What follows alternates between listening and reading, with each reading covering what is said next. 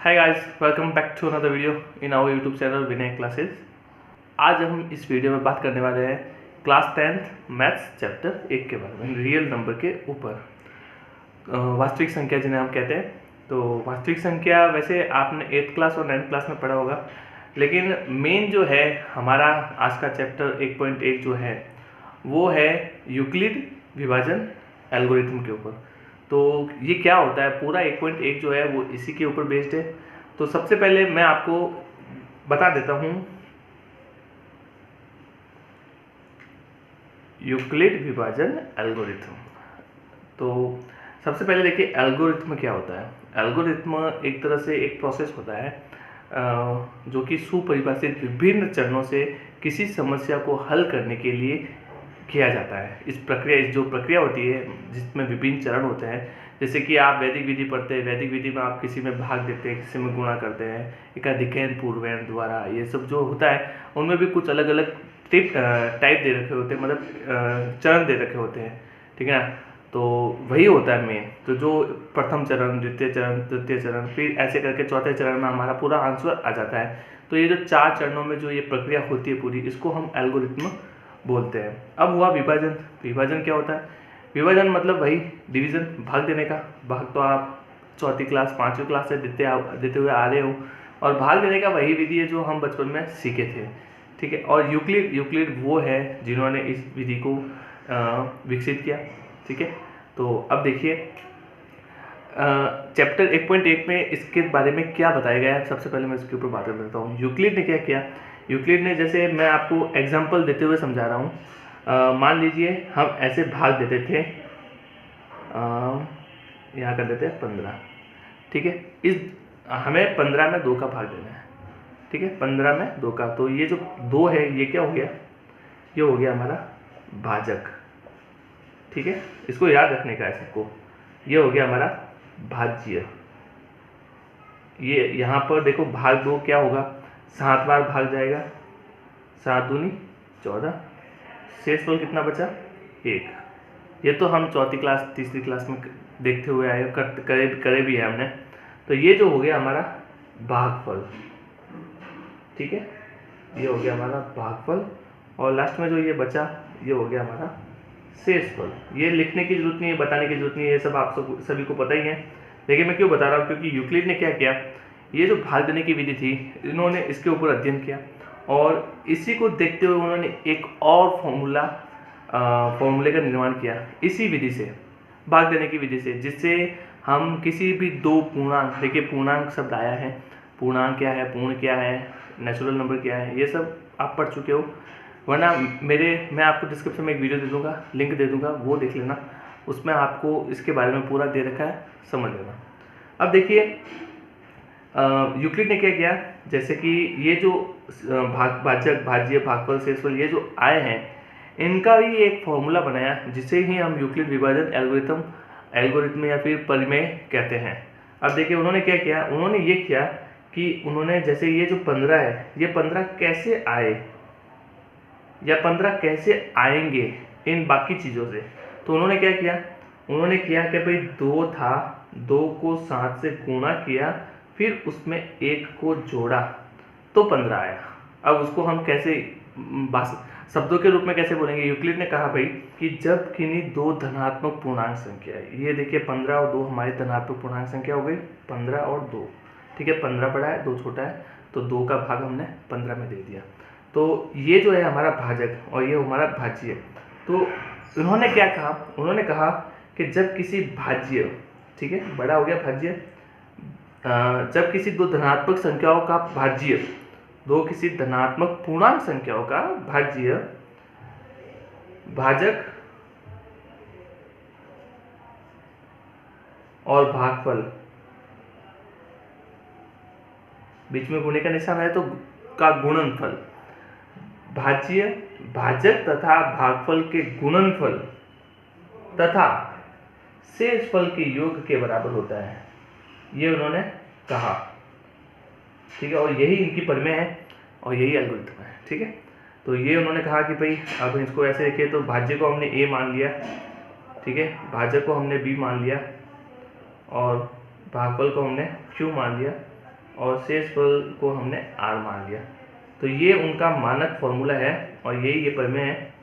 और इसी फॉर्मूले से उन्होंने दो धनात्मक पूर्णांक संख्याओं का HCF निकालना भी बताया है। और ये बहुत इंपॉर्टेंट है क्योंकि जब बड़ी बड़ी संख्या आएगी तो उनका HCF निकालना बहुत ही कठिन होगा और इस विधि से आप 20 या 30 सेकंड के अंदर उसका HCF निकाल देंगे। तो एक एग्जांपल लेते हैं जिससे कि हम इस विधि से HCF कैसे निकालते हैं उसके बारे में जान लेते हैं। उसके बाद हम चैप्टर 1.1 स्टार्ट करेंगे।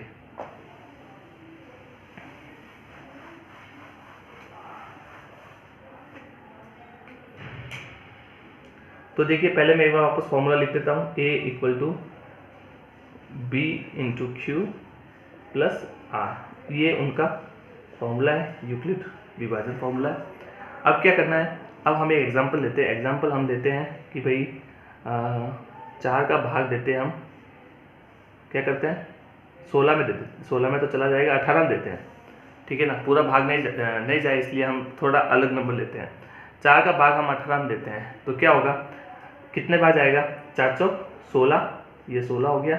शेषफल कितना बचा, 2। यहाँ तक तो हमारा हो गया। तो इसको फॉर्मूले से कैसे लिखेंगे, इसको हम फॉर्मूले से लिखेंगे कि 18 जो है वो 4 और 4 के ये 4 भाजक और भागफल के गुणनफल तथा शेषफल के योग के बराबर है। तो देखिए क्या इनके योग और गुणनफल से 18 आ रहे हैं, 4 चौक 16 + 2 18 आ रहे हैं ना। तो ये तो हो गया हमारा समीकरण 1। अब क्या हुआ, उन्होंने बताया कि जो शेषफल बचा वो 0 होना चाहिए। जब तक कि 0 नहीं होगा तब तक आप, अब जो शेषफल बचा है, ये एक और बात ध्यान रखना, इस फॉर्मूले की सबसे इंपॉर्टेंट बात है जो मैं कहना भूल गया था कि जो शेषफल होता है, ये जो शेषफल होता है, शेषफल ये हमेशा 0 से छोटा, ठीक है, या फिर बराबर, और जो हमारा भाजक है, भाजक हमने माना b को, जो b है उससे हमेशा छोटा होगा, बराबर भी नहीं होगा, ठीक है ना। मान लो यहाँ पर शेषफल 4 आता तो 4 का भाग, ये भाग इसमें लग के ये 4 की जगह 5 आ जाता और शेषफल 0 होता है ना। तो शेषफल जो है वो भाजक से हमेशा छोटा होगा और 0 से बड़ा होगा, या फिर 0 हो सकता है, माइनस में कभी नहीं होगा। तो ये सबसे इंपॉर्टेंट है, इसको भी आप याद रखना। इसी फॉर्मूले में इन्होंने, इस फॉर्मूले के साथ साथ ये बात भी उन्होंने बताई थी, तो इसको भी ध्यान रखना है। तो अब क्या करना है हमें, अब देखिए 2 जो है वो 4 से छोटा है। अब ये जो भाजक था यहाँ पर भाज्य बन जाएगा, ठीक है। और फिर अब हम 2 का भाग 2 में देंगे, 4 में देंगे तो 2 बार जाएगा, 4 आएगा और शेषफल बचेगा 0, ठीक है। तो अब शेषफल 0 आया है, तो अब हम यहाँ क्या करेंगे वापस, अब क्या करना, देखो भाजक क्या हो गया हमारा, भाजक तो 2 हो गया, भाज्य हो गया 4 = यहाँ पर भाजक 2, भागफल 2 और शेषफल 0। तो ये जो बना फॉर्मूला, ठीक है ना, ये हमारा शेषफल 0 आ गया। तो बस आपको ऐसा लिखने का होता है, ठीक है, इसमें लिखना जरूरी है, ये ऐसे फॉर्मूले में मान रखना बहुत जरूरी है। तो ऐसा लिखना है। अब शेषफल 0 आ गया तो जो आपका भाजक होगा, इसको हम भाजक बोलते हैं, जो आपका भाजक होगा b, ये जो b है ना, ये जो आपका भाजक होगा, यहाँ पर 2 आपका भाजक है और ये जो 2 है वो भागफल है, ठीक है, जिसको हम q बोल रहे हैं। तो जब शेषफल 0 आता है तो आपका भाजक ही आपका HCF होता है। तो यहाँ पर भाजक क्या हो गया, 2, और यही आपका HCF हो गया। किनका, ये जो HCF है ये 4 और 18 का HCF = 2। 4 और 18 का HCF क्या हो गया, तो HCF किसको बोलते हैं, हाईएस्ट कॉमन फैक्टर, हिंदी में बोलते हैं महत्तम समापन। तो ये आपको पता ही होगा, बहुत बचपन से पढ़ते आ रहे हैं।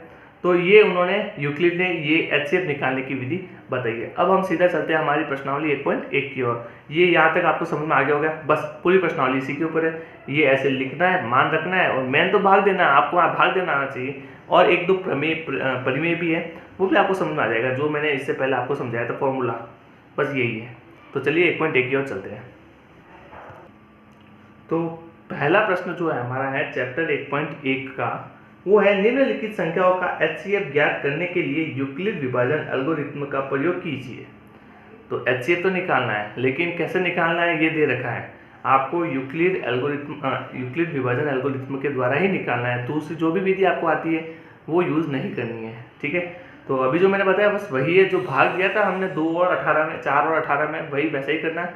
तो इसमें क्या करना है आपको, देखिए सबसे पहले आप 135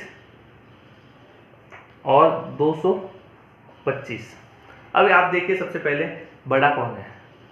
आपको इतना तो पता ही है, देखते ही पता चल रहा है बड़ा कौन है, तो सब देखते ही पता चल गया भाई 225 जो है वो बड़ा है 135 से, तो ये बड़ा हो गया। तो जो बड़ा होगा वो हमारा क्या हो जाएगा, भाज्य। जो छोटा होगा वो हो जाएगा हमारा भाजक, ठीक है। ये आपको समझ में आ गया। अब आपको पता है क्या करना है, आपको फॉर्मूले से करना है, लेकिन अभी आपको सेंसफुल पता नहीं क्या है। तो आप क्या करेंगे, आप सबसे पहले भाग देंगे, भाग देते हैं, ठीक है। तो 135 का भाग हमने दे दिया 225 में। अब क्या 2 बार जाएगा, 3 बार जाएगा, क्या होगा, भाग देना आपको करते हैं, ठीक है। देखिए सबसे पहले 35 70 हो जाता है, तो 270 हो जाएगा, जो ज़्यादा हो जाएगा तो आपको एक बार भाग जाएगा, ठीक है। तो एक बार भाग गया, 135 लिख दिया। अब कितना बचा, 0 हो गया, 12 में से 3 गए, पीछे बचे 9, ये हो गया 0। कितना बचा, 90, ठीक है। 0 हटा देते हैं, अभी लिखने की जरूरत नहीं, क्योंकि अभी इसका ये प्रयोग करना है। तो यहाँ तक हमें पता चल गया है, तो इससे हम वो फॉर्मूला बना देंगे। फॉर्मूला क्या था, फॉर्मूला था हमारा A = BQ, देखिए बीच में गुणा है, ठीक है ना, मैं शॉर्ट में लिख रहा हूँ BQ + R।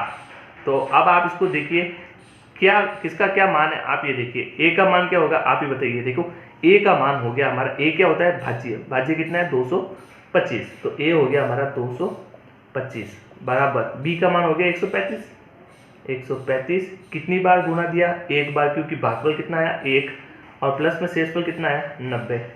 तो आपको देख लीजिए ना, 135 में जब आप 90 जोड़ो, पहले तो 1 का गुणा करोगे 1 से 35 आएगा, फिर इसमें 90 जोड़ोगे 225 आएगा, ठीक है। तो ये हो गया हमारा यहाँ तक कंप्लीट। अब उसके बाद क्या करना है, आपको यहाँ से फिर से भाग देने का है। अब ये हो गया आपका भाजक, और भाज्य क्या हो जाएगा, भाज्य हो जाएगा 135। क्यों, देखिए ये जो 90 है वो 135 से छोटा है।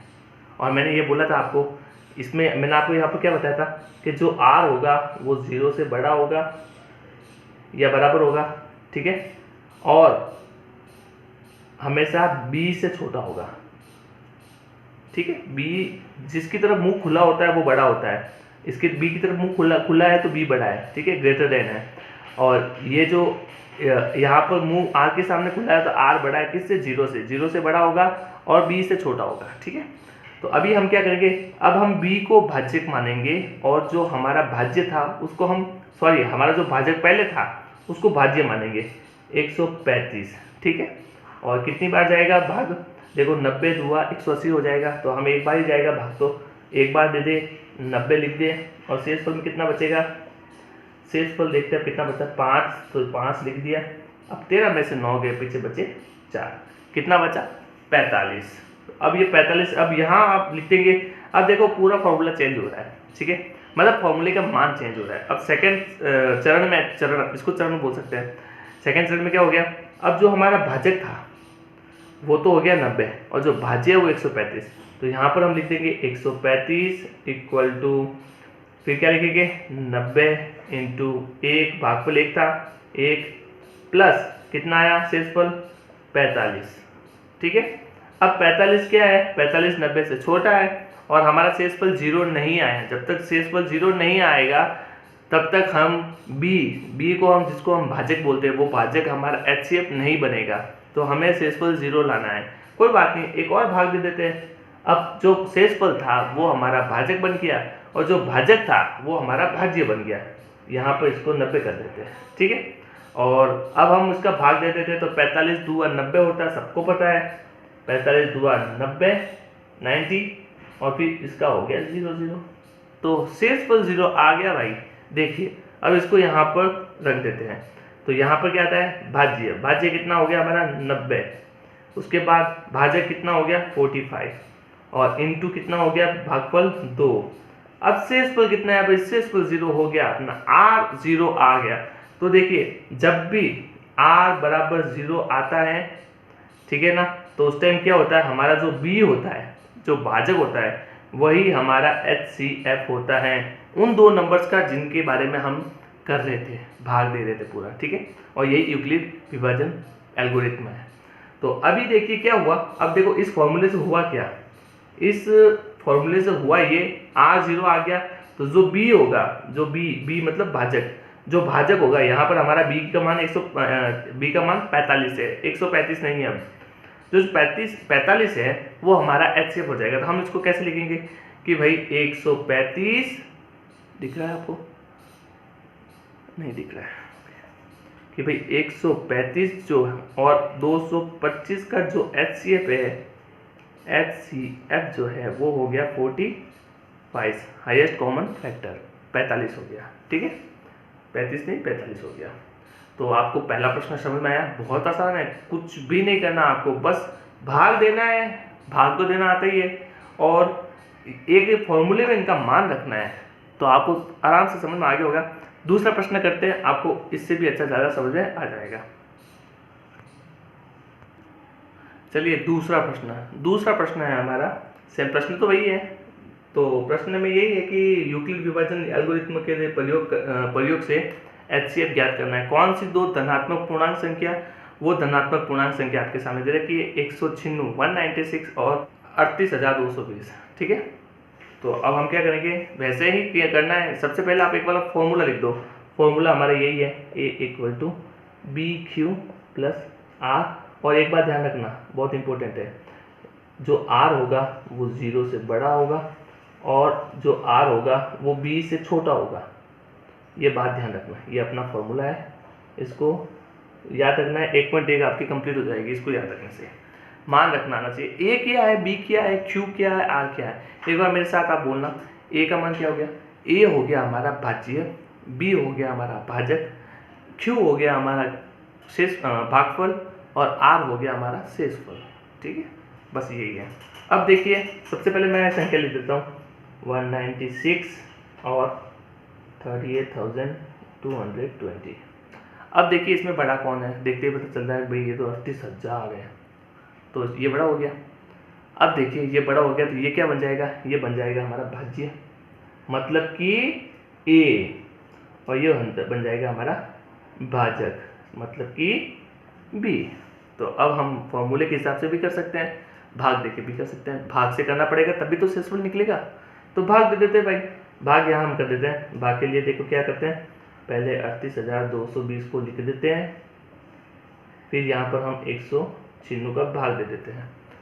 तो अब भाग दीजिए भाई, कितनी बार भाग जाएगा, देखिए एक बार 382 है, 2 बार दे देते हैं, जाता है तो देख 2 बार तो साइड जाएगा, क्योंकि अगर मैं 196 को 200 मान लूँ, 4 प्लस करके 200 मान लूँ, तो 200 और 200 400 हो जाएंगे, ठीक है ना। और हमने 4 बढ़ाया तो 4 दूनी 8, घटाना भी पड़ेगा, तो 392 होगा, 196 का डबल। लेकिन यहाँ पर 382 है, तो हम 2 नहीं कर सकते हैं, ठीक है। तो एक बार ही भाग जाएगा, क्यों, क्योंकि कम पड़ रही है संख्या। आप देखना एक बार देते हैं, जब माइनस करेंगे तो आपको पता चल जाएगा। तो 196 आपको समझ में नहीं आएगा ना, मैंने 200 कैसे किया, देखो 196 है, ठीक है ना, मान लेते 196 नहीं है तो 200 है, ठीक है ना। अब आप उसका 2 गुना कर रहे हो, तो 200 का भी 2 गुना कर दो ना, आसान है। अब इसका 2 गुना करोगे तो एक बार आपको गुना करना पड़ेगा, इसका 2 गुना तो आपको पता चल गया 400 होता है। अब इन दोनों में फ़र्क कितना है, इन दोनों में 4 का फ़र्क है, और 2 का गुना कर रहे हो तो 4 दूनी 8 हो जाएगा, ठीक है ना। 8 का फ़र्क होना चाहिए, तो 200 में 400 में 8 का माइनस करोगे तो क्या होगा, 392, तो इसका गुना हो गया 392। और ऐसे करो तो 6 दूनी 12, 2 हंसी लगो 1, और 8 2 9 18, फिर 19 9, फिर 1 2 1 2 और 1 3, ऐसे करोगे तो टाइम लगेगा, ऐसे कर लो शॉर्टकट, ठीक है। तो ये अपना पता चल गया आपको, एक बार भाग गया और 196 लिख दिया। अब माइनस करने का है, माइनस कर लो, 12 में से 6 गए, पीछे बचे 6, 7 में से 9 जाते नहीं है, 17 में से 9 गए, 17 में से 9 गए, पीछे बचे 8, ठीक है। और अब यहाँ पर बच गया 2 में से 1 गया, पीछे बचा 1। अब देखिए 186 है, तो पहले ही मैंने कहा था कि 2 बार नहीं जाएगा, क्योंकि ये संख्या इससे छोटी होती है, जो शेषफल होता है वो हमेशा भागफल से छोटा होता है। अब देखिए क्या करना है, अभी आपका ये 2 बचा है, इस 2 को यहाँ पर लगा देते हैं, ठीक है। अब आपको इसमें भाग देने का है, अभी हमारा भाग पूरा खत्म नहीं हुआ है, ठीक है ना, क्योंकि संख्या बड़ी है इसलिए भाग देते रहना है। तो अभी क्या हुआ, 196 का हम 1862 में भाग दे देंगे, कितनी बार जाएगा। देखिए अगर 10 बार देते हैं, एक बार 10 बार दे दो, देखो शॉर्टकट बता रहा हूँ मैं आपको, संख्या देखने से पता चलना चाहिए कि कितना गुना होगा, कितनी बार गुना करना पड़ेगा। तो देखो मान लीजिए 196 है, मैं इसको 10 से गुना करता हूँ तो क्या होगा, 1960 होगा, और 1960 और 1862 इसमें थोड़ा सा ही फर्क है, देखने से पता चल रहा है कि भाई कुछ 48 का फर्क है, दिख रहा है, देखने से पता चल रहा है 48 का ही हो रहा है ना, हाँ लगभग 38 या 48 का फर्क हो रहा है, ठीक है, तो 38 का फर्क हो रहा है, तो देखते ही पता चल गया ना। तो अब क्या करना है, आपको पता चल गया कि भाई ये 10 बार तो नहीं जाएगा, 9 बार जरूर जाएगा, तो आपको 9 बार ही करना है, कुछ नहीं, 9 से गुणा कर दो, 9 से गुणा कर दो, ठीक है, 6 नम 54 का 4 हासिल लगा 5, ठीक है, फिर 90 नम्बे 81 और 5 86 का 6 हासिल लगा 8, फिर 9 एकम 9, 9 और 8 कितना हो गया, 9 और 8 हो गया 17, ठीक है। तो इनको मैं एक बार वापस हटा देता हूँ जो हासिल में लगाए थे, और अब आपको माइनस करने का है, 196 से तो कम ही आना है, तो 12 में से 4 गए पीछे बचे 8, 5 में से 6 गए पीछे बचा, सॉरी 15 में से 6 गए पीछे बचा 9, और उसके बाद ये हो गया 7, तो 7 में से 7 ये तो 17 17 जीरो हो गया, 98 बचा, ठीक है। अब ये जो जीरो है वो भी लगा दो भाई, लास्ट में यही बचा है, अब ये लगा दिया। अब देखो 196 है और 980 है, अब देखिए 196 है और यहाँ पर जो है वो 980 है। अब देखिए फिर से एक और दिमाग लगाते हैं, संख्या को देख के लगना चाहिए कि कितनी बार गुना जाएगा। अब देखिए मैंने बोला था 196 है, 196 को आप 200 मान लो, एक बार 196 मानो ही मत, 196 मानो ही मत, आप तो समझो ये 200 था। अब ये क्या संख्या है, ये 1000 के आसपास की है, ये 200 के आसपास की है, ठीक है। फर्क कितना है, इसमें 4 का फर्क है और इसमें 20 का फर्क है, ठीक है। एक बार मैं अगर 200 का 5 गुना करूँगा तो क्या आएगा, 1000 आएगा। तो अगर 196 को अगर 5 से गुणा करूँ तो 980 तो आएगा, 980 तो आएगा, और क्या आएगा। तो देखने से पता चल रहा है ना कि भाई भाग पूरा पूरा जा रहा है, कितनी बार जा रहा है, 5 बार जा रहा है। 196 को हम 5 से गुना करेंगे तो 980 आ ही जाएंगे आपके।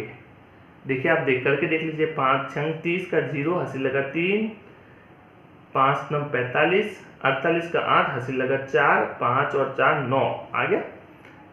और ऐसे देखिए तो इसमें दोनों का फर्क कितना है, 4 का, और गुणा किसका करें, 5 का, तो 4 इंटू 5 कितना हो गया, 20। तो इन दोनों में 20 का फर्क होना चाहिए। जब 200 इंटू 5 1000 हो रहा है तो 1000 से 20 कम क्या होगा, 980, तो 980 आ गया। ये मतलब कंपटीशन लेवल के लिए होता है, संख्याओं को देख के पता चल जाता है कि भाई कितने का गुणा करना है। आपको क्या 196 का पहाड़ा तो याद है नहीं ना, और फिर आप पहले 5 का गुणा करोगे, 4 का गुणा करोगे, 3 का, 7 का, 8 का, किन का गुणा करके देखोगे कि किसके नज़दीक है 980। तो देखने से ही पता चलना चाहिए कि भाई कौन सा नज़दीक नंबर हो सकता है। तो अभी आपका शेषफल जो है वो 0 आ गया। तो भाई यहाँ पर आपने कुछ भी नहीं किया है, आपने सिर्फ संख्या का भाग दिया है, पूरा का पूरा भाग दिया है। भाग देने से आपका भाग पूरा जा रहा है, शेषफल 0 आ रहा है। तो 196 आप फॉर्मूले में लिख दिए एक बार, तो आप 38220 को, ये जो भाज्य हो गया हमारा, अब भागफल कितना हो गया 196, भाजक ये हो गया 196, भागफल कितना हो गया 195, और शेषफल बचा 0। जब शेषफल 0 बचता है तो हमारा भाजक ही हमारा HCF होता है। तो 196 और 38,220 का HCF जो होगा वो 196 ही होगा। चलिए अब हमारा तीसरा प्रश्न जो है, पहले का ही तीसरा जो प्रश्न है उसको कर लेते हैं। चलिए तीसरा प्रश्न जो है हमारा वो है 867 और 255। तो इसमें क्या है ना, बड़ी संख्या आगे दे रखी है, तो कोई बात नहीं, हम क्या करेंगे यहाँ पर। देखिए सबसे पहली बात तो बड़ा कौन सा हो गया, बड़ा हो गया हमारा 867 इज ग्रेटर देन 255, ये बड़ा हो गया, तो ये हो गया हमारा भाज्य, ठीक है, ये हो गया हमारा भाज्य, ये हो गया हमारा भाजक, ये भाजक हो गया, ये भाज्य हो गया। तो सबसे पहले हम क्या करते हैं, फॉर्मूला लिख देते हैं। फॉर्मूला क्या हमारा A = BQ + R, और जहाँ R जो है वो 0 के बराबर या 0 से बड़ा है और B से छोटा है, ठीक है। ग्रेटर देन और लेस देन आपको पता ही होगा, तो जिसकी तरफ मुंह खुला होता है वो बड़ा होता है। तो ये तो हमारा फॉर्मूला था, बस हमने लिखा है। अब हमारी जो संख्या है वो 867 और 255, बड़ा कौन सा है 867, तो ये हो गया हमारा भाज्य 867। ये हम भाग देते हैं 255 में, 255 का भाग दे देते हैं 867 में। चलिए भाग दें, कितनी बार जाएगा, 250 माने तो 750, 3 बार तो चला जाएगा, 4 में 1000 हो जाता है, तो 3 बार ही जाएगा, 3 बार कर लेते हैं। तो गुणा कर देते हैं, 5 3 15 का 5, ऐसे लगा 1, 5 3 15 और 1 16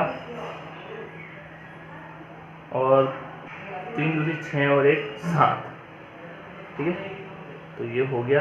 अब इसको माइनस कर लेते हैं, 7 में से 5 गया, पीछे बचा 2, ये 6 का 6 तो 0 हो गया, ये यहाँ पर 1 बच गया, तो 102 आ गया। अब देखिए सबसे पहले हम क्या करते हैं, फॉर्मूले में इसका मान रख देते हैं क्योंकि अब हमारे पास भागफल और शेषफल आ चुका है, तो इस फॉर्मूले में हम एक बार मान रख देते हैं। तो क्या हुआ भाई कि 867 इक्वल टू 255 मल्टीप्लाई 3 और प्लस 102, ठीक है। ये हमारा पहला चरण, पहला स्टेप हो चुका है। अब शेषफल 0 नहीं है, 102 है, तो हम क्या करेंगे, इसी शेषफल को भाजक बना देंगे, और जो भाजक था 255 उसको हम भाज्य बना देंगे, ठीक है। तो ये हो गया हमारा 255। अब हम भाग दे देते हैं, तो 102 और 102 204, 2 बार जाएगा, 204 आ जाएगा। अब माइनस कर लेते हैं, 5 में से 4 गया 1, ये 5, ये 0, 51 बचा भाई, ठीक है। तो ये तो आपको भाग देना आता ही होगा, इसलिए मैं थोड़ा फास्ट चल रहा हूँ। तो अब क्या करेंगे हम, 255 था हमारा, ये भाज्य था, भाज्य लिख दिया। अब भाज्य क्या हो गया था 102, इसको भागफल 2 से गुणा किया था, ये हो गया गुणा, ये प्लस में शेषफल बचा हमारा 51। शेषफल अभी भी 51 है, 0 नहीं हुआ है। तो एक बार फिर से हम तीसरे स्टेप में जाएंगे। तीसरा चरण में क्या हो जाएगा, जो 51 था वो भाजक बन जाएगा, और जो भाजक था 102 वो भाज्य बन जाएगा, ठीक है। अब हम भाग दे देते हैं, इसको हटा देते हैं, तो भाई भाग दो, ये तो 2 बार जाएगा, साफ दिख रहा है कि भाई 50 50 होता है, 102 होता है, और ये हो गया हमारा 0। शेषफल आ गया भाई 0, शेषफल आ गया 0, तो इसका मतलब जो 51 था वही हमारा HCF होगा। पहले लिख देते हैं हम, 102 इक्वल टू 51 इंटू 2, और जो R था वो हो गया 0। तो जब हमारा R 0 आता है, ठीक है, तो क्या होता है, हमारा जो B होता है वही हमारा HCF हो जाता है, जो B है वो हमारा HCF हो गया। तो आई होप आपको समझ में आ गया होगा। इसका HCF जो है, इनका जो HCF है वो है 51, ठीक है। तो अब हम चलते हैं दूसरे प्रश्न की ओर। प्रश्न 2 कह रहा है कि दर्शाना है कि कोई भी धनात्मक विषम पूर्णांक, देखिए पूर्णांक का शब्द आ चुका है, विषम पूर्णांक 6q + 1, 6q + 3 और 6q + 5 के रूप में होता है। अच्छा, तो आपको ये बताना है कि जो ये संख्या दे रखी हैं इनका कुछ भी मान रखें, आपका संख्या जो आएगी वो धनात्मक विषम पूर्णांक होगी, ठीक है ना। q का कोई भी मान रख दो, आपका आंसर हमेशा विषम संख्या आएगी, वो भी पूर्णांक पे।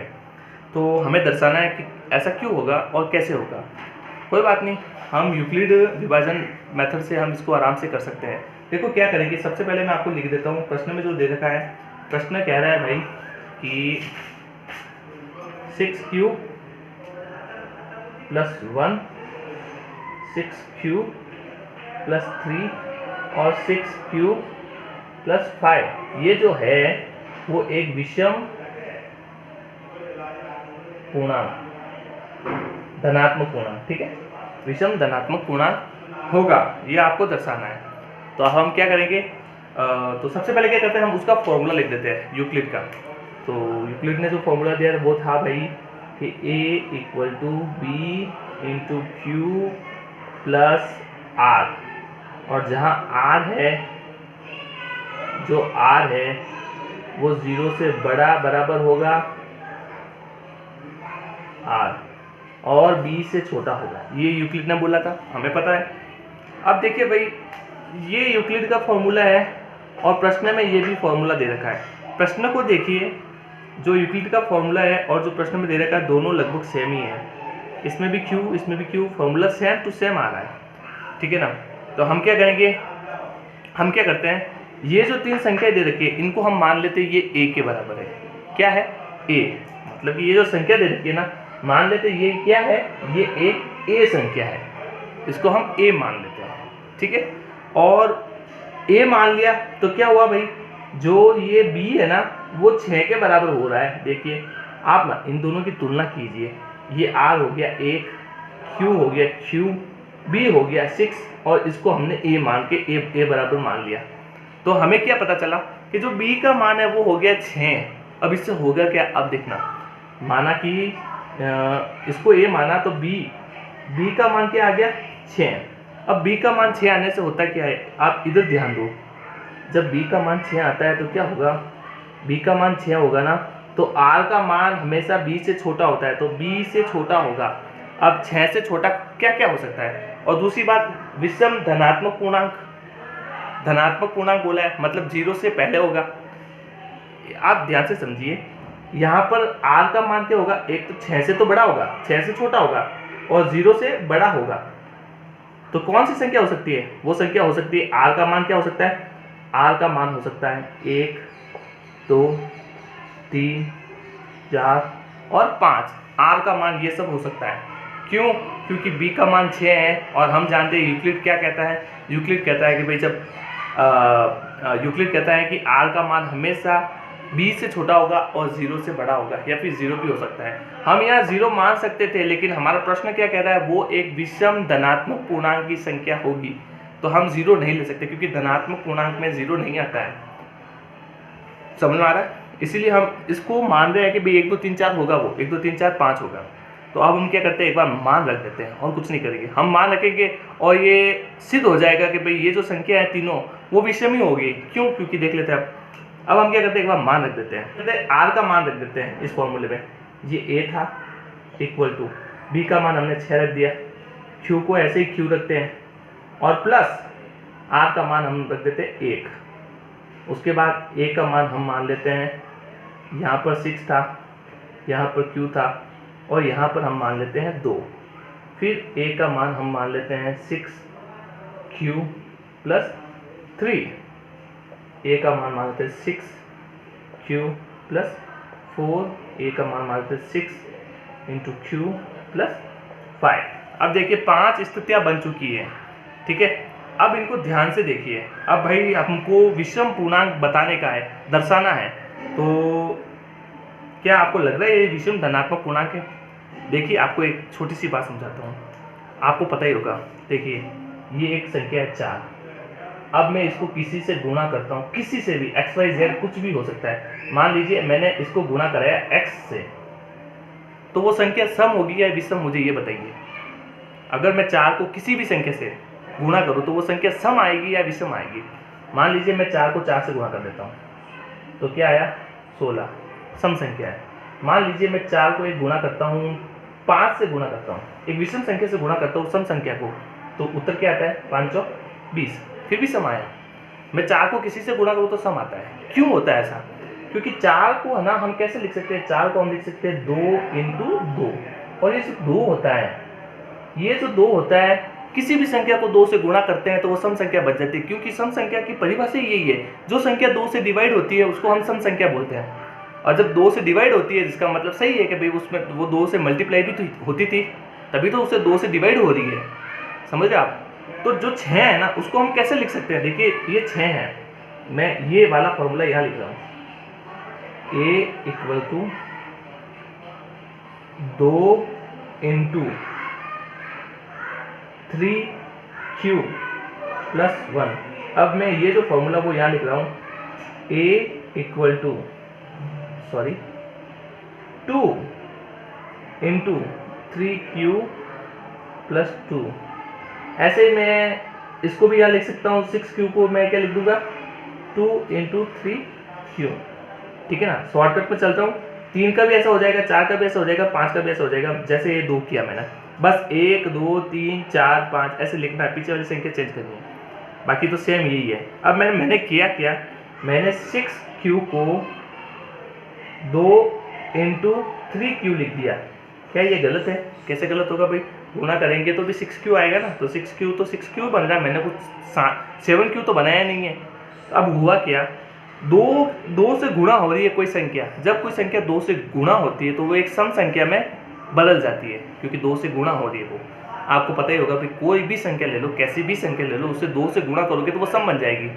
विषम संख्या होगी, सम संख्या होगी, कोई भी संख्या होगी ना, 2 से गुणा करने से वो सम संख्या बन जाएगी।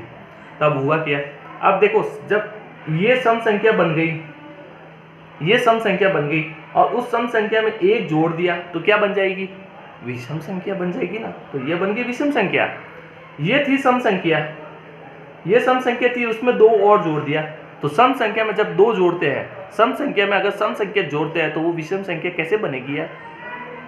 जैसे कि मान लीजिए 10 में मैं 2 जोड़ देता हूँ या 2 घटा भी देता हूँ, 10 में मैं 2 घटा देता हूँ तो आंसर आएगा 12 और आंसर आएगा 8। तो ये दोनों संख्या सम ही तो होगी।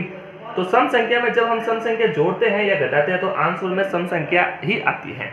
तो ये हो गई सम संख्या, जो कि हमें विषम बताना है तो ये तो सम संख्या होगी, ये नहीं आएगी। अब हो गई हमारी ये सम संख्या थी, उसमें विषम संख्या जोड़ दी तो आंसर में विषम संख्या आ जाएगी। ठीक है, अब ये सम संख्या थी आंसर, और इसमें सम संख्या जोड़ दी तो विषम संख्या, तो सम संख्या आ जाएगी। सम संख्या में सम संख्या जोड़ने से सम संख्या आएगी और हमें विषम संख्या बतानी है, तो ये विषम नहीं होगी। ठीक है, और ये एक सम संख्या थी, इसमें विषम संख्या जोड़ दी तो इसको हम कहेंगे कि भाई इसका आंसर विषम संख्या आएगा। तो हमें करना क्या था, यही तो बताना था। +1 वाला विषम संख्या होगा, +3 वाला विषम संख्या होगा और +5 वाला विषम संख्या होगी। बाकी के जो 2 वाली होगी, जो 4 वाली होगी, वो सम संख्या होगी, वो विषम संख्या नहीं होगी। तो हमने क्या किया, कुछ नहीं करना था, आपको फॉर्मूले की तरह लिखना था और आपको 6Q जो होता है, 6Q एक सम संख्या है और सम संख्या में जब सम संख्या जोड़ते हैं तो सम संख्या आती है और सम संख्या में जब विषम संख्या जोड़ते हैं तो विषम संख्या आती है। आपको बस यही दर्शाना था। अब आपको एक लाइन लिखनी है, इधर लाइन लिखनी है, जो मैंने ये लिखा ना, यही लिखना है कि 6Q एक सम संख्या है और सम संख्या में जब हम सम संख्या जोड़ते हैं तो सम संख्या आती है और सम संख्या में जब विषम संख्या जोड़ते हैं तो विषम संख्या आती है। ठीक है, तो इसीलिए जो 1, 3 और 5 है, 1, 3 और 5 है, वो एक विषम धनात्मक पूर्णांक संख्या होगी। बस यही तो है, छोटा सा सवाल है। समझ में आ गया होगा आपको? नहीं आया तो आप कमेंट करना, हम कमेंट में ही आपको जवाब देके आपको आराम से समझा देंगे। चलिए नेक्स्ट प्रश्न करते हैं। तीसरा प्रश्न हमारा है, किसी परेड में 616 सदस्यों वाली एक सेना, मतलब आर्मी की सेना है, की टुकड़ी को 32 सदस्यों वाली एक आर्मी बैंड के पीछे मार्च करना है। ठीक है, दोनों समूहों को समान संख्या वाले स्तंभों में मार्च करना है। उन स्तंभों की संख्या अधिकतम क्या होगी, या ऐसे ये वैसे लिखा हुआ है, उन स्तंभों की अधिकतम संख्या क्या है जिसमें वे मार्च कर सके। भाई प्रश्न तो बहुत ही बड़ा है, घुमाने फिराने वाला है, आपको घूमने का फिरने का नहीं है। ये क्या बोल रहा है भाई, आप ध्यान से देखना। ये एक आर्मी की परेड हो रही है और ये जो है 616 संख्या सदस्यों वाली एक सेना है। ठीक है, और यहाँ पर एक और सेना आ गई छोटी सी, वो हो गई 32 सदस्यों वाली। अब 2 अलग अलग झुंड हो गए। अब आपको इन दोनों झुंड को सही ढंग से मिलाने का है, जिससे कि ऐसा लगे कि सारे लोग एक जैसे ही हैं और एक परेड की तरह चल रहे हैं और सदस्य भी एक दूसरे में मिक्स नहीं होने चाहिए। ऐसा नहीं कि इसके थोड़े सदस्य इसको दे दिए, इसके सदस्य इसको दे दिए, ऐसे नहीं करना है। आपको ऐसे सदस्य एक मतलब ऐसे स्तंभों वाली एक परेड बनानी है, जिससे कि ये लोग ऐसे ऐसे ऐसे ऐसे चलते रहे। कितनी होगी, 2 होगी, 3 होगी, 4 होगी, 5 होगी, कितनी होगी? तो कुल मिला के प्रश्नों को अगर सही तरीके से समझे ना, तो आपको इन दोनों संख्याओं का HCF ज्ञात करना है। अधिकतम बोला ना, अधिकतम स्तंभों वाली संख्या, तो आपको HCF ज्ञात करना है। ठीक है ना, HCF होगा ना, तो जो HCF आएगा हमारा, उतनी संख्या के लोगों को आगे खड़ा कर देंगे और उनके पीछे पीछे पीछे वो लोग खड़े कर देंगे। फिर जो 32 सदस्यों वाली जो आर्मी की सेना होगी ना, वो भी उतने ही स्तंभों में खड़ी हो जाएगी और पीछे पीछे जुड़ जाएगी। मान लीजिए HCF 4 आ गया, तो जो 32 संख्या वाली जो आर्मी की सेना थी ना, वो 4 से 9 कॉलम में बट जाएगी। और जो 616 वाली थी वो भी इसी तरह बढ़ जाएगी। तो हमें अधिकतम स्तंभों वाली संख्या ज्ञात करनी है, मतलब HCF ज्ञात करना है। प्रश्न में हमें दे रखा है दो संख्याएं कौन सी दे रखी थी, 616 और 32। ये दो अलग अलग झुंड दे रखे हैं, मतलब हम इसको ना शब्दों के रूप में समझे नहीं, हम तो इसको पहले प्रश्न की तरह समझ लेते हैं कि भाई 616 और 32 का HCF ज्ञात करो यूक्लिड विभाजन विधि द्वारा। ये हमारा प्रश्न बन गया, तो हम ऐसा ही कर देते हैं। तो हम क्या करते हैं, वही फॉर्मूला हमें पता है, फॉर्मूला था हमारा A = BQ + R, और जहाँ R जो है वो 0 से बड़ा या इक्वल हो सकता है या फिर B से तो छोटा होगा ही। ठीक है, ये हमारा फॉर्मूला हो गया। तो अब हम क्या करते हैं, हम भाग दे देते हैं, 616 में 32 का भाग दे देते हैं। तो भाई ये बड़ी संख्या होगी 616, इसका भाग दे देते हैं 32 से। तो भाग दे दे भाई, तो पहले क्या करते हैं, एक बार ही जाएगा, ये आ जाएगा 32, अब 11 में से 2 गए 9, और ये 29 आ जाएगा, आप देख ले माइनस कर लीजिए। ठीक है, तो अभी जो संख्या देखो भाग पूरा नहीं गया है, ये ऐसा मत करना ये शेषफल हो गया फिर आप इसको ऐसे करके यहाँ 32 उतार दो, ऐसे कर दो, करना मत भाई, क्योंकि अभी हमारा भाग पूरा गया ही नहीं है, शेषफल कैसे आ जाएगा। अभी तो जो पीछे वाला 6 है वो बचा है हमारा, ठीक है ना, तो ये 6 अब यहाँ लग जाएगा, अभी तो भाग देना है ना, भाग दे दे। तो 320 296 10 बार करें तो 320 हो जाएगा, 10 बार करें तो हम 9 बार ही करते हैं। ठीक है, 9 बार कर ले तो 9 दूनी 18, हासिल का 1, और 9 3 27 और 1 28। ठीक है, तो ये 288। 16 में से 8 गए, पीछे बचे 8, क्योंकि 8 और 8 16 होता है। फिर ये 8 हो गया, ये 0, ये तो 0 हो गए, ये बचा कितना 8। अब देखो शेषफल बचा 8, तो अब हम इसको यहाँ पर उतार देते हैं।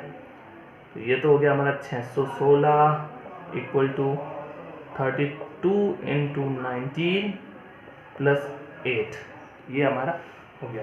शेषफल 0 नहीं आया है तो द्वितीय चरण में चलते हैं। द्वितीय चरण क्या है, जो हमारा भाज्य, जो शेषफल था वो भाजक बन जाएगा, जो भाजक था वो हमारा भाज्य बन जाएगा, और भाग दे देते हैं। 8 का भाग 32 में 4 बार जाएगा, 8 चौक 32, और ये पूरा का पूरा चला गया, शेषफल आ गया 0। तो स्पष्ट लिख देते हैं एक बार कि भाई 32 कैसे आया, कि भाई जब 8 को 4 से गुणा किया 32 आ गया, शेषफल आ गया 0। जब भी R 0 आता है, आपको लिखना है, जब R का मान 0 होता है तो हमारा जो भाजक होता है, जो हमारा भाजक मतलब B जो होता है वही हमारा HCF होता है। ठीक है, समझिए। तो आपको क्या करना है, ये हमारा HCF हो गया, इनका जो मान है, इनका जो HCF है वो हो गया हमारा 8। अब देखो आपको लिखना क्या है, आपको यहाँ पर लिखना होगा, आपको लिखना क्या है कि भाई जो 616 सदस्य वाली जो आर्मी की सेना थी वो 1 2 3 4 5 6 7 8, 1 2 3 4 5 6 7 8 स्तंभों वाली पूरी एक लाइन होगी। ऐसे ही उनके पीछे पीछे पीछे लोग जुड़ते रहेंगे। जो 616 वाले जो लोग थे ना, वो ऐसे एक संख्या में परेड कर रहे होंगे। ठीक है, ये तो हो गया हमारा 616। अब जो नीचे के जो 32 लोग थे वो भी ऐसे के ऐसे 8 स्तंभों में 1 2 3 4 5 6 7 और 1 8 इन्हीं के पीछे पीछे लाइन में चलते रहेंगे। दोनों मिक्स नहीं हो रहे हैं, बस हमें एक वो संख्या मिल गई है जिसमें हम उनको खड़ा करके आराम से दोनों को लाइन से चला सकते हैं, परेड करवा सकते हैं। तो आप समझ गए, मतलब कुल मिला के हमें HCF ज्ञात करना था, HCF हमारा 8 आ गया। तो चलिए तीसरे प्रश्न की ओर चौथे प्रश्न की ओर चलते हैं। चौथा प्रश्न जो है वो है यूक्लिड विभाजन परियमिका का प्रयोग करके दर्शाइए कि किसी धनात्मक पूर्णांक का वर्ग किसी पूर्णांक m के लिए 3m या 3m+1 के रूप में होगा। ये जो प्रश्न हमारा दूसरा था सेम वैसा ही है, पर इसमें कोई संख्या ना देकर किसी संख्या का वर्ग कह दिया है। ठीक है ना, वर्ग जो है वो किसी पूर्णांक, धनात्मक पूर्णांक नहीं, अब सिर्फ पूर्णांक दे रखा है। पूर्णांक m के लिए 3m या 3m+1 होगा। तो सबसे पहले मैं प्रश्न जो हमें दे रखा है, थोड़ा सा जो संकेत दे रखा है वो हम कर देते हैं कि प्रश्न कह रहा है कि किसी भी संख्या का हम जब वर्ग करेंगे तो वो जो वर्ग है वो 3m या फिर 3m+1 के रूप में होगा। संख्या का स्क्वायर जो है वो इसके रूप में होगा। तो सबसे पहले भाई क्या करना है, दूसरा प्रश्न क्या है, वैसे ही सेम टू सेम। पहले हम सूत्र लिख देते हैं। सूत्र हमारा A = BQ + R, और जहाँ R जो है वो 0 से बड़ा या बराबर, या फिर नहीं, वो तो B से तो डेफिनेटली 0 ही होगा, B से छोटा ही होगा। ठीक है, 0 नहीं, B से छोटा ही होगा। तो जो R का मान है वो B से छोटा होगा और 0 के बराबर या फिर 0 से बड़ा होगा। अब ये हमें पता है, यही यूक्लिड विभाजन परिमिका है। अब इसका प्रयोग करके हमें दर्शाना है कि कोई भी धनात्मक पूर्णांक संख्या का स्क्वायर इसके रूप में होगा, व्यक्त करना है। कर लेते हैं। तो भाई देखिए, इन संख्याओं को इससे कंपेयर करो, जैसे हमने सेकंड क्वेश्चन में किया था। कंपेयर करेंगे तो हमें दिख रहा है कि जो B का मान है वो 3 के बराबर आ रहा है। ठीक है, तो 3 के बराबर आने से क्या होगा, देखो यहाँ पर कंपेयर करने से हमें क्या मिल रहा है कि जो B का मान है वो 3 आ गया। भाई जब B 3 आएगा तो होगा क्या, बस सबसे मेन चीज़ यही है, जब B का मान 3 आ जाएगा तो जो R का मान है वो 3 से छोटा और 0 से बड़ा, या फिर 0 भी हो सकता है। इस बार 0 आएगा, क्यों, क्योंकि जो स्क्वायर जो है धनात्मक पूर्णांक संख्या का जो वर्ग है वो किसी पूर्णांक, ये नहीं कहा है किसी धनात्मक पूर्णांक, सिर्फ पूर्णांक बोला है। तो अब जो 0 का मान होगा वो 3 कंडीशन बन सकती है, या तो 0 हो सकता है, या 1 हो सकता है, या फिर 2 हो सकता है। ये कंडीशन बन जाएगी। तो अब हम इसको क्या करते हैं, R का मान लगा के करके चेक कर लेते हैं। ठीक है, इसमें लगा के कर लेते हैं भाई, ये जो फॉर्मूला है ना इसी में लगा के कर लेते हैं। समीकरण 1 बना देते हैं, इसको कर लेते हैं एक बार। तो भाई A का मान जो है वो क्या हो जाएगा, B की जगह 3 रखेंगे, Q की जगह तो Q ही होगा, प्लस R का मान क्या है 0, तो 0 लगा देते हैं। अब ये तो हो गया सिर्फ एक धनात्मक पूर्णांक संख्या। अब इसका स्क्वायर बोला है तो हम इसका स्क्वायर करेंगे, तो इसका वर्ग कर लेते हैं। दोनों साइड में हम क्या कर लेते हैं, स्क्वायर। ठीक है भाई, तो कर लेते हैं इसको। तो यहाँ पर A² बन जाएगा, यहाँ पर 3Q², ये A + B का होल स्क्वायर, लेकिन यहाँ पर 0 है ना तो इसको तो हम हटा ही देते हैं, सिर्फ 3Q का स्क्वायर कर देते हैं। 3Q का होल स्क्वायर, क्योंकि 0 संख्या तो यहाँ से हट जाएगी, 0 का कोई मान ही नहीं है। तो ये हो गया अपना संख्या। अब यह क्या करते हैं, A² = ये जो 3 है ना भाई, हम पहले स्क्वायर को खोल देते हैं। 3² Q², आपको पता है 10th क्लास है, आपको पता ही होगा, स्क्वायर कर रहा हूँ मैं, बस गुणे की संख्या दोनों में स्क्वायर होगा। तो A² का मान क्या आ जाएगा, A² का मान आ जाएगा 9Q²। ठीक है भाई, अब क्या ये जो संख्या हमारी यही है, क्या ये संख्या इसके या इसके बराबर हो रही है, यही तो हमें दर्शाना है कि इस संख्या जो हमने 0 रखा वो मान इन दोनों के रूप में व्यक्त हो रहा है या नहीं। अगर इसको ध्यान से देखें तो इसके बराबर हो रहा है। कैसे, देखिए, अगर मैं A² को इस प्रकार लिखूं तो क्या गलत होगा, 3 × 3Q²। क्या मैं इसको ऐसे नहीं लिख सकता, लिख सकता हूँ। 3 का गुणा करके 3 से गुणा करेंगे तो 9 आ जाएगा, 9Q² तो हमारे पास है ही, बस मैंने इस 9 को 3 × 3 में रख दिया। तो अब हुआ क्या, अब ये जो हमारा कोष्टक बना है ये कोष्टक हमारा m के रूप में बन गया, ये धनात्मक पूर्णांक संख्या हो गई, और आगे 3, अब एक अचर दे रखा है, आगे 3 आ गया। तो A² का जो मान है वो 3m के बराबर आ गया। कब आएगा, जब हम है ना माना, क्या माना, 3Q² = M, और कोष्टक में लिख देना धनात्मक पूर्णांक। ठीक है ना, धनात्मक पूर्णांक। राइटिंग थोड़ी खराब है भाई, समझ लेना।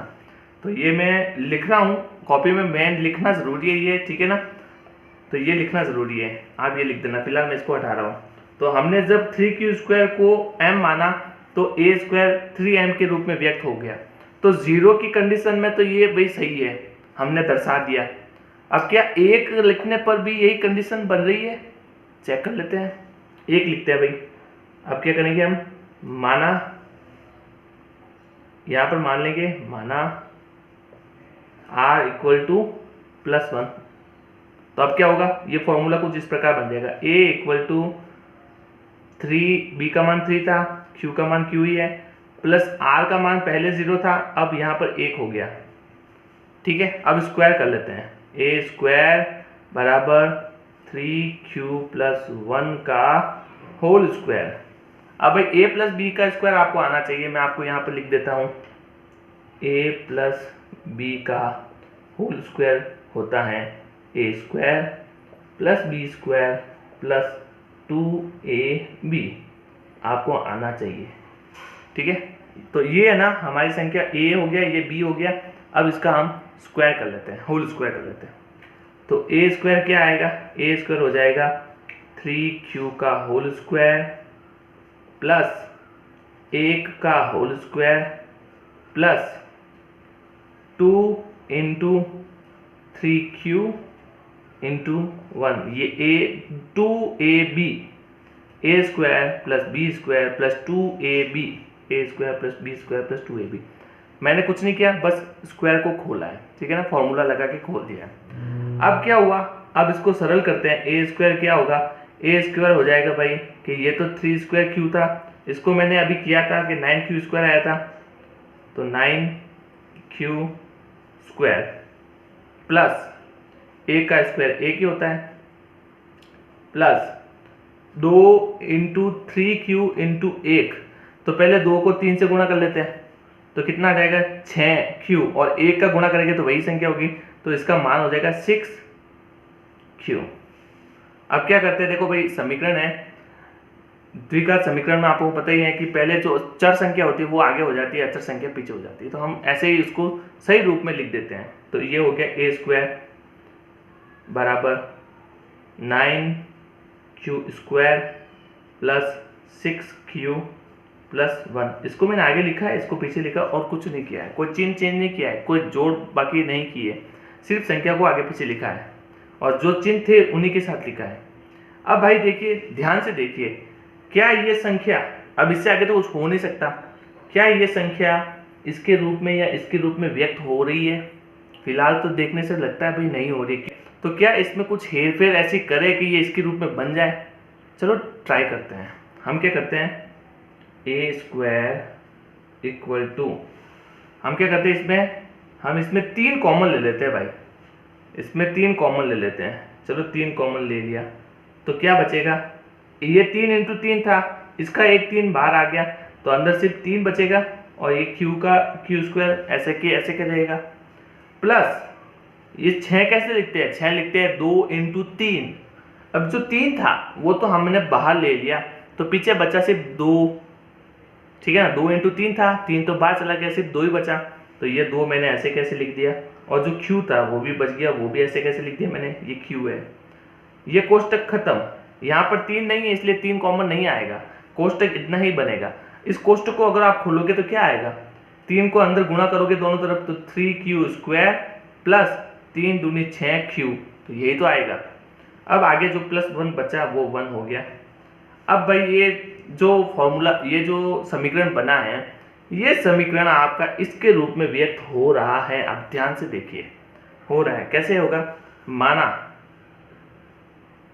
माना 3q स्क्वायर प्लस 2q, देखो ये संख्या एक धनात्मक पूर्णांक है, ये संख्या आपका, आप q का मान कुछ भी रखो एक धनात्मक पूर्णांक आएगा, 100% धनात्मक पूर्णांक आएगा। तो जब धनात्मक पूर्णांक आ चुका है तो इसको हम m लिख सकते हैं ना, क्योंकि हमें पता है कि कैपिटल M एक, वैसे प्रश्न में स्मॉल m दे रखा है, आप स्मॉल m लिखो, कैपिटल M कुछ भी, कोई प्रॉब्लम नहीं है, हम हमारे मर्जी से ही लिख रहे हैं तो कोई प्रॉब्लम नहीं है। m तो m ही है, m का मान एक धनात्मक पूर्णांक है, तो वही हम मान रहे हैं, धनात्मक पूर्णांक ही मान रहे, कोई और नहीं मान रहे। तो m हमारा हो गया धनात्मक पूर्णांक, और ये जो 3q स्क्वायर प्लस 2q है ये भी एक धनात्मक पूर्णांक है, तो इसको हमने m मान लिया। तो m मानने से हुआ क्या, ये जो a स्क्वायर है वो 3m प्लस 1 के रूप में व्यक्त हो गया, और यही तो दर्शाना था और हमने दर्शा दिया। लेकिन क्या r का मान 2 रखे तो ये आएगा, देख लेते हैं आता है कि नहीं आता है। माना r इज इक्वल टू 2, तो क्या हो जाएगा formula, a equal to 3q plus 2, यही होगा। r का मान 2 रख दिया, दिख तो रहा है ना आपको? हाँ ठीक है, सब दिख रहा है। अब क्या करना है, होल स्क्वायर करना है, क्योंकि हमें पता है कि भाई प्रश्न में यही कहा कि m जो एक धनात्मक पूर्णांक संख्या है इसका स्क्वायर 3m और 3m प्लस 1 के रूप में होगा, तो हम इसका स्क्वायर कर देते हैं, होल स्क्वायर कर लेते हैं, मतलब वर्ग कर लेते हैं। तो 3q प्लस 2 का होल स्क्वायर, ठीक है। तो इसका क्या वैसा का वैसा इसी में करना है, यहाँ पर 1 था यहाँ पर 2 है, तो करके देख लेते हैं भाई। 3q स्क्वायर, 3q का होल स्क्वायर कर लेते हैं, प्लस 2 का whole square plus 2 into 3q into 2, ठीक है भाई। कुछ नहीं किया मैंने, इसका होल स्क्वायर को इसको खोल के फॉर्मूले की तरह खोल दिया है, और जो मान थे हमने वो मान रख दिए। A square plus b square plus 2ab, a square plus 2 b square plus 2ab, ठीक है ना। कुछ नहीं किया, बस होल स्क्वायर को खोला है। अब भाई क्या करना है, जो गुणा हो रहे हैं उनको गुणा कर लेते हैं, जो जुड़ रहे हैं उनको जोड़ लेते हैं, जो भी है कर लेते हैं। सरल करना बोलते हैं उसको, सरल कर लेते हैं, सरल इक्वेशन बना देते हैं। तो 3q स्क्वायर क्या होता है पता है, हम आगे भी कर चुके हैं। इसका हो जाएगा 9q स्क्वायर प्लस 2 का स्क्वायर होता है 4 प्लस 2 इंटू 3 इंटू 2, तो पहले 2 को 2 से गुणा कर देते हैं, 2 दूनी 4 और 4 3 12, और फिर q बचा, वो q ऐसे कैसे हमने लिख दिया। तो ये हो गया हमारा सरल इक्वेशन। अब देखिए क्या होता है, क्या इससे आगे, इसको आगे लिख देते हैं, इसको पीछे लिख देते हैं। जैसे यहाँ पर हमने किया था, a square is equal to 9q square plus 12q plus 4, ठीक है। अब इससे आगे कुछ नहीं होगा। क्या ये इक्वेशन इसके रूप में या इसके रूप में व्यक्त हो रही है? देखने से तो लग रहा है भाई नहीं होगी। क्यों? क्योंकि यहाँ पर तो +1 आ रहा है, यहाँ पर +4 आ रहा है, तो कैसे होगा? तो भाई हम थोड़ा सा दिमाग लगाते हैं। ये 9 है, ये 12 है और ये 4 है। 4 का भाग 3 का भाग 9 में जाता ही है। 3 हमें बाहर निकालना है, ये तो चलो बाहर निकल जाएगा, ये भी बाहर निकल जाएगा, पर ये 4 कैसे हटेगा? यहाँ पर तो 3 चाहिए था हमें, ये तो 4 है। तो क्या 4 को 3 में बदल सकते हैं? अरे बदल सकते हैं यार। 4 को 3 में कैसे बदलोगे आप? कुछ नहीं, 3 में 1 जोड़ दो, 4 हो जाएगा। 4 को 3 प्लस 1 लिख दो, 3 में बदल तो दिया ना। 3 के रूप में व्यक्त करना है 4 को, तो हम 3 प्लस 1 लिख देते हैं। मैं कुछ नहीं कर रहा हूँ, इस 4 को मैं 3 प्लस 1 लिख रहा हूँ। क्या गलत है क्या? ये प्लस का प्लस आ गया, ये 12q का 12q आ गया, ये बराबर में 9q स्क्वायर था, ये 9q स्क्वायर लिख दिया और ये a स्क्वायर लिख दिया। मैंने कुछ नहीं किया, इस 4 को मैंने ऐसे टुकड़ों में काट दिया। 2 प्लस 2 भी लिख सकते हो, 1 प्लस 3 भी लिख सकते हो, या फिर 5 माइनस 1 भी लिख सकते हो, कैसे भी लिख सकते हो। लेकिन मेरे को फिलहाल 3 की ज़रूरत है, क्योंकि कॉमन लेने में बहुत फायदा होगा 3 का, इसलिए मैंने इसको 3 के रूप में लिख दिया। तो 3 प्लस 1 बराबर 4 हो गया, ठीक है ना। आप 6 माइनस 2 भी लिख सकते हो, कैसे भी लिख सकते हो, लेकिन फिलहाल 3 की ज़रूरत है, इसलिए मैंने इसको 3 प्लस 1 के रूप में लिखा। अब क्या करते हैं, इन तीनों संख्या में 3 आ रहा है तो 3 कॉमन ले लेते हैं। A square is equal to 3 common ले लो भाई, 3 ले लिया कॉमन, तो बचेगा क्या? 3 बाहर निकल गया तो सिर्फ 3q बचेगा, 3q स्क्वायर बचेगा, ठीक है ना, 3q स्क्वायर। अब यहाँ पर क्या बचेगा? 12 में से 3 चला गया तो पीछे 4 ही बचेगा, क्योंकि 4 3 12, तो यहाँ पर सिर्फ 4 बचेगा और साथ में q है, और यहाँ पर 3 बाहर आ गया तो क्या बचा? सिर्फ 1 बचा, और यहाँ पर पीछे जो था वो 1, वो ऐसे कैसे लिख दिया। अब ये जो समीकरण बना है, ये समीकरण इसकी तरफ पूर्ण रूप से व्यक्त हो रहा है। कैसे? क्योंकि ये तीनों संख्या एक धनात्मक पूर्णांक है और हमारा m एक धनात्मक पूर्णांक है, तो भाई बन गया ना।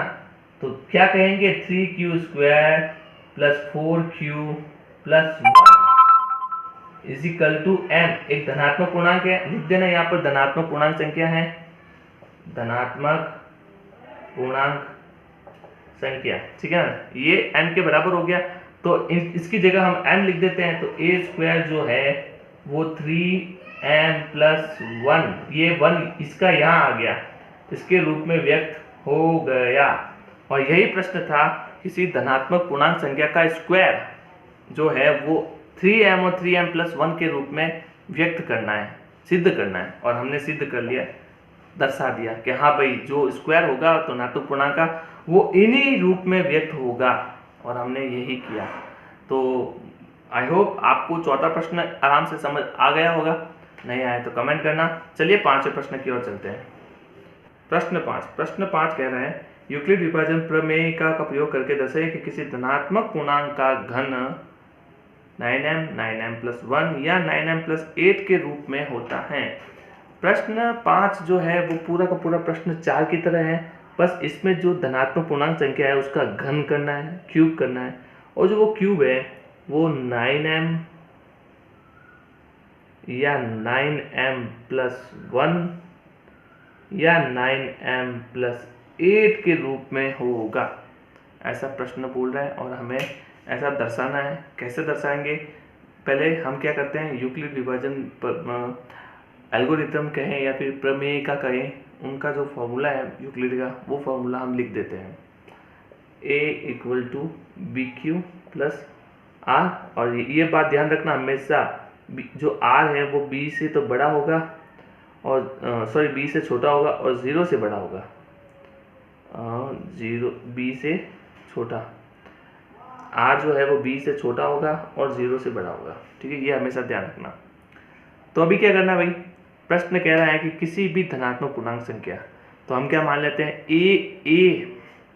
ये जो a है वो एक धनात्मक पूर्णांक संख्या है।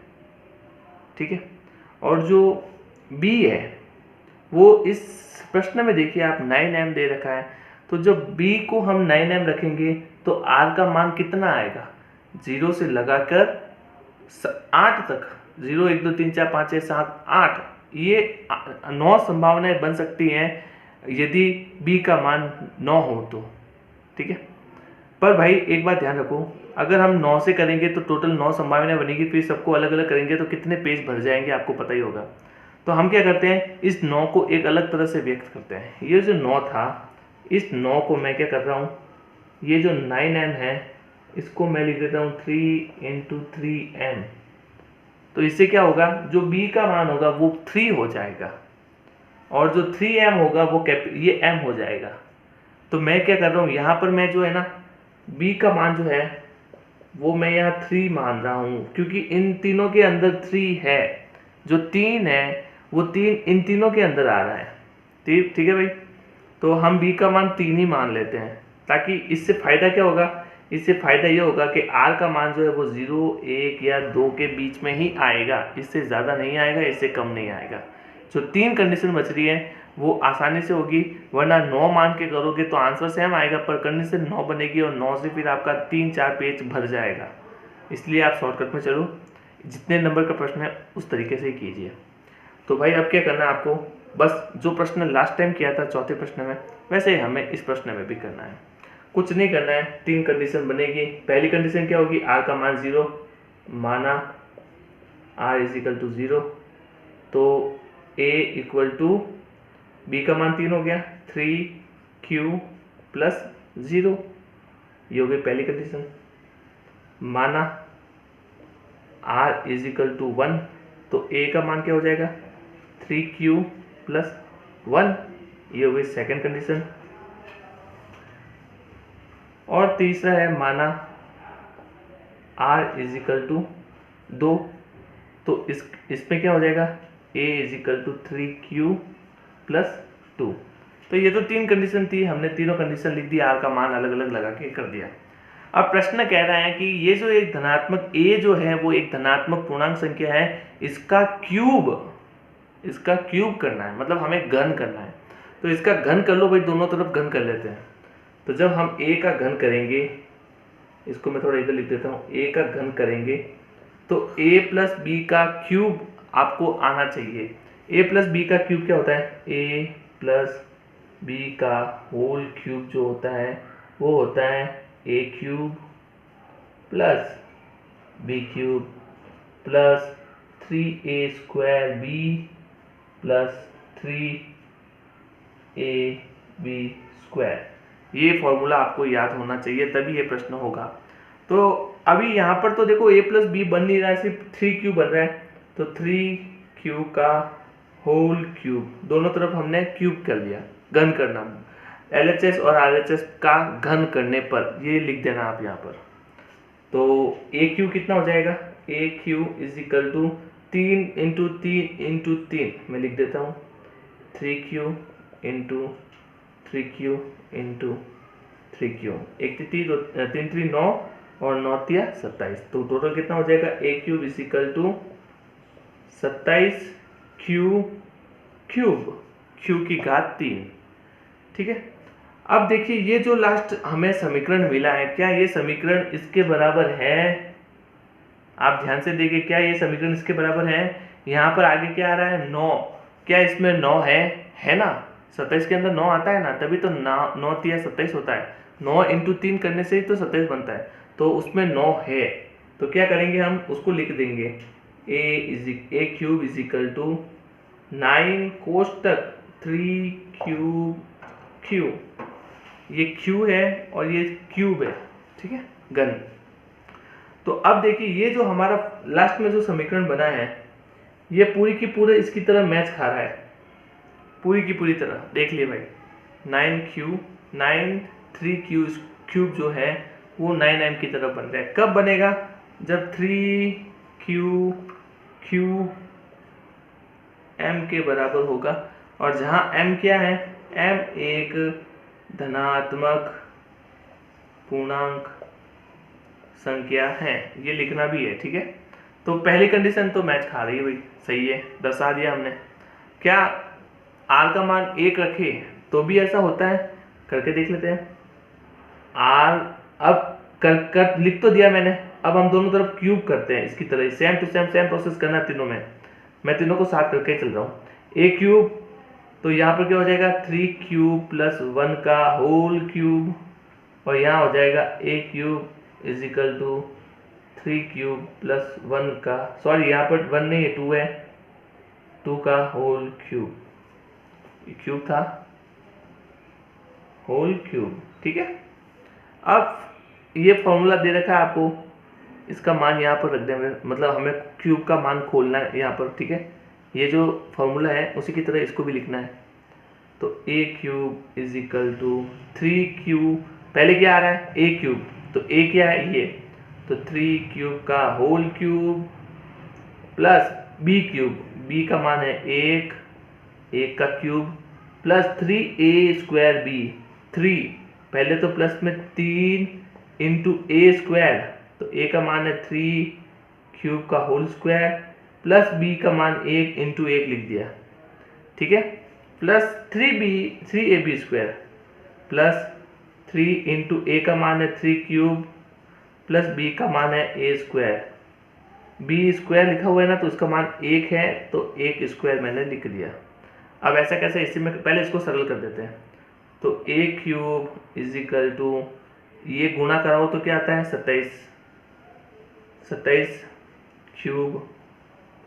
क्यूब प्लस 1 का क्यूब होता है 1 प्लस 3 इंटू 3q स्क्वायर, पहले ये स्क्वायर हो जाएगा, ये हो जाएगा 9q स्क्वायर, फिर 9q स्क्वायर इस 3 से गुणा होगा तो 27q स्क्वायर, और इंटू 1 तो वैसा ही रहेगा, तो इसका मान क्या आ जाएगा, इसका मान हो जाएगा 27 क्यूब स्क्वायर प्लस 3 इंटू 3 6, और ये 1 का स्क्वायर 1 होता है, और 1 को किसी से गुणा करो वही संख्या आती है, तो 3 तिया 9, सॉरी 3 दूनी 6 नहीं होगा, 3 तिया 9 होगा, तो 9 क्यूब, ठीक है, ये हो गया 9 क्यूब, और 1 स्क्वायर किया तो 1 ही आया, फिर इसको गुणा किया तो भी 9 क्यूब ही आया, 9 क्यूब। अभी क्या करते हैं, इसको ना सरल समीकरण बना देते हैं, जो त्रिघात है उसको आगे, द्विघात को उसके पीछे, फिर एक घात को आगे उसके पीछे, फिर अचर को सबसे लास्ट में। तो ऐसे लिखने से क्या होगा, a cube is equal to 27 cube plus 27 cube square plus 9q plus 1 ये लिख दिया, फिर लास्ट में 1 लिख दिया। अब भाई क्या ये समीकरण इससे आगे सरल होगा? नहीं होगा। और क्या ये समीकरण इसके बराबर आ रहा है? अगर ध्यान से देखो तो आ रहा है। कैसे? इसमें क्या आ रहा है? 9, इसमें क्या आ रहा है? 9, इसमें क्या आ रहा है? 9, और हमारे भी m के आगे 9 आ रहा है। तो क्या हम 9 कॉमन ले सकते हैं? ले सकते हैं। a cube is equal to 9 common ले लो तो पीछे क्या बचेगा? इसमें 9 चला गया तो सिर्फ 3 क्यूब बचेगा, प्लस इसमें 9 गया तो सिर्फ 3q स्क्वायर बचेगा, प्लस इसमें से 9 चला गया तो सिर्फ और सिर्फ q बचेगा, और प्लस में a के पास 9 नहीं था तो इसको अलग रख दिया, नियत बाहर कर दिया इसको, और यहाँ पर सिर्फ 1 कर दिया। अब ये जो संख्या है वो m के बराबर हो रही है, तो आप लिख दो 3m cube plus 2q square plus q is equal to m, क्योंकि m एक धनात्मक पूर्णांक संख्या है। दिख रहा है ना आपको? नहीं दिख रहा है शायद, अभी दिख रहा होगा। हाँ, तो ये m के बराबर होगी। अब ऐसा कैसा इधर भी करना है, यहाँ पर क्या करना है? a क्यूब, r का मान 2 मान रहा हूँ, ठीक है ना, इज इक्वल टू क्यूब का मान खोल दो भाई, 3 क्यूब a का होल क्यूब प्लस b का whole cube plus 3a square b plus 3a b square. ठीक है, अब मान खोल दो, a cube is equal to, देखो 10th के स्टूडेंट हो, ये जो समीकरण है उनको सरल करना आता होगा आपको, इसलिए मैं थोड़ा फास्ट चल रहा हूँ। तो 3 क्यूब ये हो जाएगा 27 क्यूब प्लस 2 का क्यूब होता है 8, 2 दूनी 4, 4 दूनी 8, प्लस देखो ये 3 इससे गुणा होगा तो 3 तिया 9, फिर ये पहले तो इसका स्क्वायर होगा तो ये हो गया 9, फिर 9 तिया 27 और 27 दुआ 54, ये 54 क्यू स्क्वायर हो जाएगा। आता होगा आपको समीकरण सरल करना, बहुत इजी है। फिर 3 ये क्यू है, ये 2 है, 2 दूनी 4, 4 तिया 12 और 12 बार 2 4 बातें 36, ये हो जाएगा 36 क्यूब। ठीक है ना? अब कोई बचा? नहीं बचा। तो अब है ना, इसको सरल शब्दों में लिख दे, सरल समीकरण बना देते। a cube is equal to 27 cube plus 54 cube square plus 36 cube plus 8। अब ये फॉर्मूला क्या इसकी तरफ बन रहा है? बन रहा है। पीछे 8 भी आ रहा है, आगे 9 आ रहा है, पर इनमें 9 नहीं है। तो 9 इनमें देखो क्या छुपा है? हाँ है।